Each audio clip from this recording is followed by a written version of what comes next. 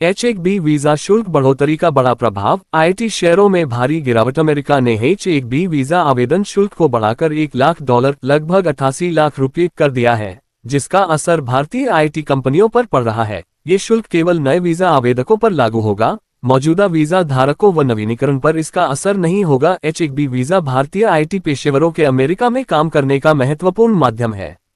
इस शुल्क वृद्धि के कारण आईटी कंपनियों को अमेरिका में कर्मचारियों को भेजने की लागत काफी बढ़ जाएगी, जिससे उनके मुनाफे पर दबाव आ सकता है। इस फैसले का बाजार पर भी असर दिखा है। सोमवार को Tata consultancy services, Infosys, Wipro, tech Mahindra और अन्य प्रमुख आईटी स्टॉक्स में 2-3% की गिरावट आई, जिससे सेंसेक्स 466 अंक गिर गया। निफ्टी आईटी इंडेक्स में भी करीब 3% का नुकसान दर्ज हुआ। विश्लेषकों के अनुसार ये वृद्धि शॉर्ट टर्म में कंपनियों के मार्जिन पर दबाव डालेगी, लेकिन कंपनियां ऑफशोरिंग बढ़ाकर और स्थानीय स्तर पर भर्ती कर इस प्रभाव को कम करने की कोशिश करेगी। इसके अलावा कंपनियां आवश्यक कर्मचारियों को ही अमेरिका भेजेंगी और अधिक सब कॉन्ट्रैक्टिंग करेगी।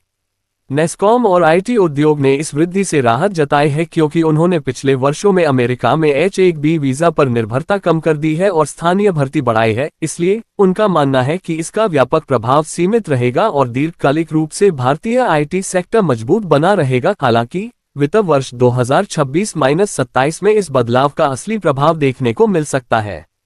फिलहाल निवेशकों को आईटी कंपनियों की रणनीति और तिमाही वित्तीय नतीजों पर ध्यान देना चाहिए। ये बदलाव अमेरिकी इमिग्रेशन नीति में बड़ा बदलाव दर्शाता है, जिसका असर वैश्विक स्तर पर तकनीकी प्रतिभाओं की मोबिलिटी पर पड़ सकता है। इस फैसले से भारतीय आईटी सेक्टर की अमेरिका में तत्कालीन गतिविधियों पर असर पड़ेगा, परंतु कंपनियां रणनीति बदलकर सामना कर रही हैं।